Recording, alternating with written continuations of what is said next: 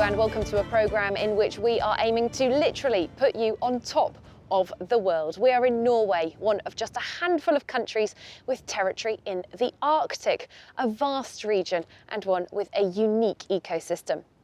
Well, that unique ecosystem is increasingly seen as under threat from global warming. Meanwhile, unprecedented melting of Arctic ice through climate change is opening up new zones to big industry like fossil fuel exploration, transport and fishing. Well, as Arctic experts gather in Norway this month for the Arctic Frontiers Conference, we're finding out more about fears for the environment, potential territorial disputes, and asking where the Arctic's future might lie. Let's plunge straight in, heading north with our reporters Johan Baudin and Isabelle Romero, and a couple of million fish. The KV Senja Coast Guard ship is out on the Barents Sea. Its crew are monitoring fishing quotas. Introduced in Norway after herring nearly disappeared in the 1970s due to overfishing. Tonight, this factory ship is under inspection. Oh, the Coast Guard, they are nice people, so it's good to have them in the area. It's okay. It's as it should be, because then we can't do anything wrong. The fish are filleted on board. The crew caught nearly 50 tons of safe, a member of the cod family. The annual quota is 34,000. The inspectors evaluate the accuracy of the machinery used to sort the catch. Sorting grid was mounted wrong, so that the angle of the sorting grid was not correct according to the regulations. This might lead to catching smaller fish. They also take samples in order to monitor the condition of the ecosystem. No violation is found and the inspectors head back to dry land. The Coast Guard carries out 15,000 inspections a year. The system is complex. Each boat is allocated a quota by species and geographic location. In some cases we have serious violation of the regulations, and then we have to react in other ways. That could be a warning, so he would be able to correct it until next time we come. If he is still not corrected it could lead to an arrest. Norway and Russia signed an agreement in 2010. That means they jointly oversee fishing quotas within their maritime boundary in the Barents Sea. Our goal is to have sustainable fisheries, which means that the quota should be high enough to earn money, but they should not be destroyed for the income for the future. Balancing productivity and respecting the environment is also a challenge in aquaculture, or fish farming. Intensive salmon production causes many problems, including outbreaks of sea lice, which has caused the deaths of millions of salmon. It's closely surveyed at this fish farm. We don't want the salmon to have too much lice, because it affects the wild salmons that are passing here to go up to the river. So we have strictly rules about how many lice we can have per fish, set by the government. We will be the bigger loser if we don't watch the environment.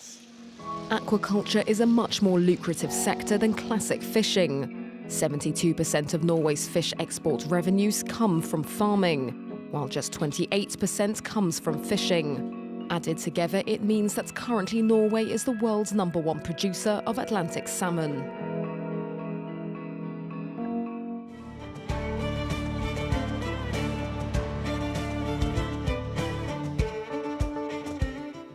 Well, we're back in Oslo now, and I'm very pleased to be talking to Norway's Foreign Minister, Ine Eriksen Søreide. Thank you so much for being with us. In our programme, we are focusing on the Arctic. Around half of Norway's landmass lies north of the Arctic Circle, but only around 400,000 Norwegians live there. How important is the Arctic to Norway? Oh, it's very important. Around 10% of our population lives in the Arctic, which means that people live, go to school, start businesses, they get old, they do research, they do everything. And as being a person who has myself lived in Tromsø, in the northern part of Norway, for 10 years, I know that this region has always been and will always be very vibrant. And right now it's one of the regions in Norway with a booming economy, and we see that the prospects are very, very good. Much, of course, has to do also with the fact that 2/3 of our export revenues come from coastal and ocean-based activities, and much of them take place in the high north. Now, looking at something that's been a topic all around Europe in the summer of 2018, they were very long, hot, dry months for Norway as much as for the rest of Europe. We've seen melting permafrost in the Arctic archipelago of Svalbard that's actually making people homeless by undermining the foundations of their houses. Is this a wake-up call for Norwegians about climate change? I think it is a wake-up call for everyone, and I just came from Svalbard, and what we see, of course, in Svalbard is that climate change and warming is taking place twice as fast as anywhere else, which means that Svalbard is a very good barometer in a way for the state of climate globally. And many of the things that we see in the Arctic and Sea in Svalbard is results of global warming and human activities taking place elsewhere. So that is why we also want to focus on the environment, on climate change, want to focus on extreme weather, melting of the ice. And you can see it very clearly when you visit Svalbard that the glaciers are melting, they are retracting. You can see it very clearly on the temperatures. Norway itself does seem to be in a rather paradoxical position on this because, of course, so much of the country's wealth comes from oil and gas exploration. There have been many new licenses handed out for oil drilling, a deal with the Russians over oil exploration in the Arctic. Clearly, there are economic arguments for all of these things, but environmental and climate risks as well. Some Europeans want a sanctuary in the Arctic. Norway not doing that so far. Why is Norway making these choices? Well, I think it's important to be aware of the fact that Norway is an energy nation on many fronts. Oil, of course, is one, but also gas, wind, and hydropower. For us, it's very important that everything we do when it comes to energy has to have an environmental mark on it, so which means that we use techniques, we have security issues that makes us more mindful of how we can do extractions that are environmentally safe and also sustainable. Would you make certain areas of the Arctic no-go zones for drilling for oil, for example, as some environmental activists would like to see? That has not been on the government's agenda now. We're moving on to another issue that comes from Arctic ice melts, territorial disputes. There are claims in many of the frozen parts of the Arctic Sea that just simply aren't clear, lots of overlapping claims from different nations. How much of a concern is this to your government that as that ice melts, this becomes a real issue over who has jurisdiction there? Well, actually, it's a lot less problematic than many people think. For instance, in the Arctic Council, we are discussing many issues that are of joint interest, and we see that all countries in the Arctic abide by international law, and that is something that we strive to uphold because it is so important also in these issues. We struck a deal with the Russians about our maritime delimitation zone in 2010, which of course has been very important also in that regard. And what we see is a very peaceful and stable region that we are going to work to keep that way. Unfortunately, that is all we have time for. Thank you so much for being with us. Ine Eriksen Søreide, Foreign Minister of Norway. Thank you.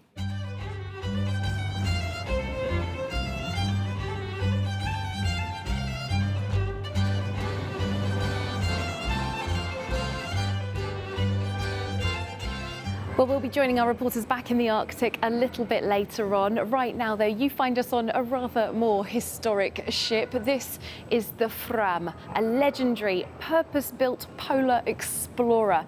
It was used by the likes of Nansen and Amundsen on their expeditions to the poles. It's now resting here in its own museum in Oslo.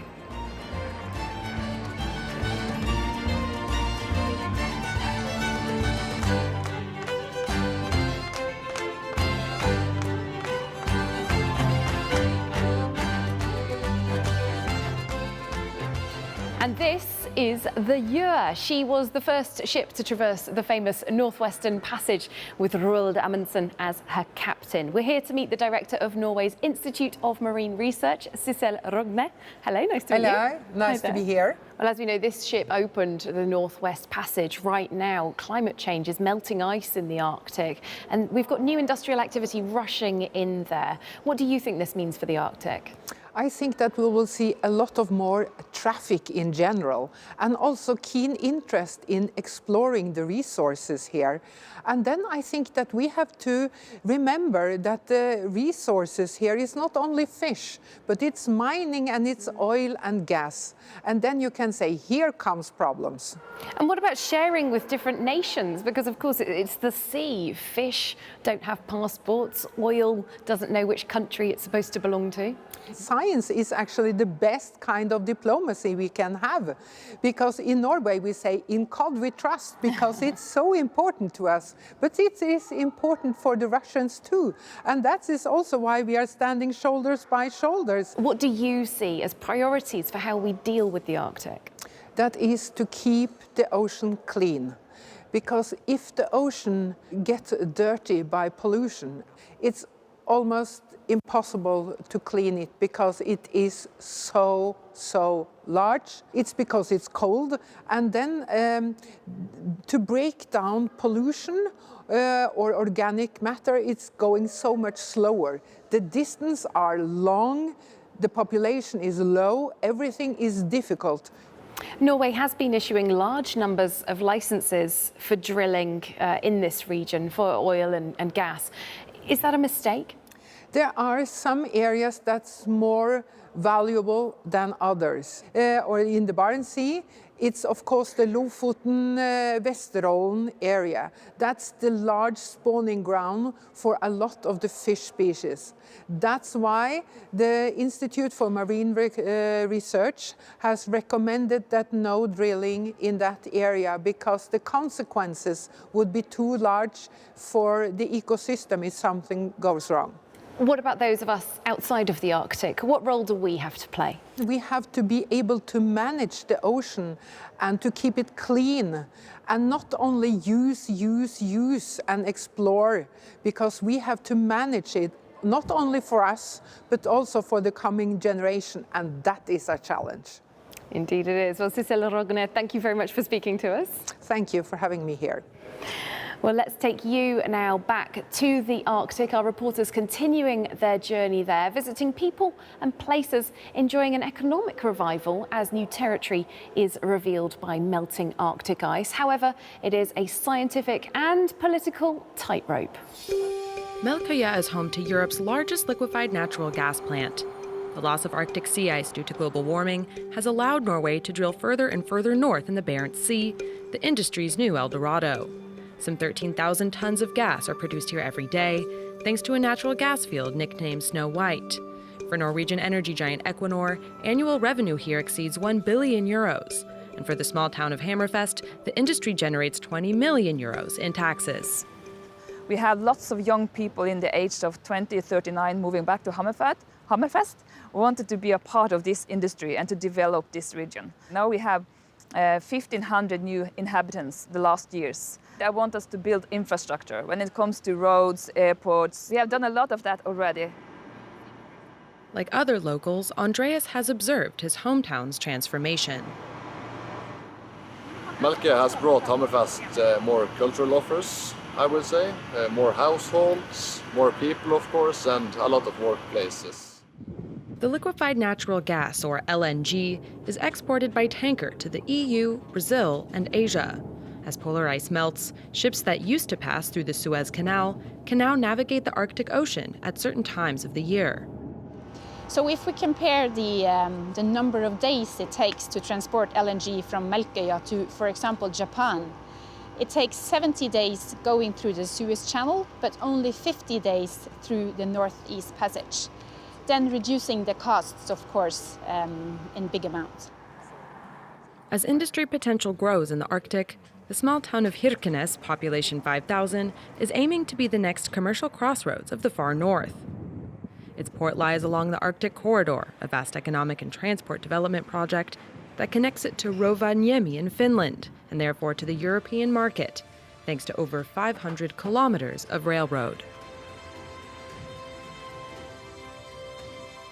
If we use this route, we'll see that they are able to shorten the travel distance just on this part of the world with 4 days, which is a lot in this aspect. This is what connects us to the rest of the world and can be a possible game changer for the global traffic of container transport, maritime industry, a huge fiber cable coming in from Asia, through the sea, into Kirkenes and into Finland. The project is still under review, but Kirkenes is competing with Murmansk, the large Russian city of 500,000 inhabitants just across the border. What we see at the moment is that in Russia there is it's a huge development when it comes to infrastructure. In Murmansk they are building a huge industrial area that could involve around 15,000 working places. It's a lot of industry connected to oil and gas further east. For now, Norway is also hoping to inspire investor confidence thanks to its head start in industrial and technological development.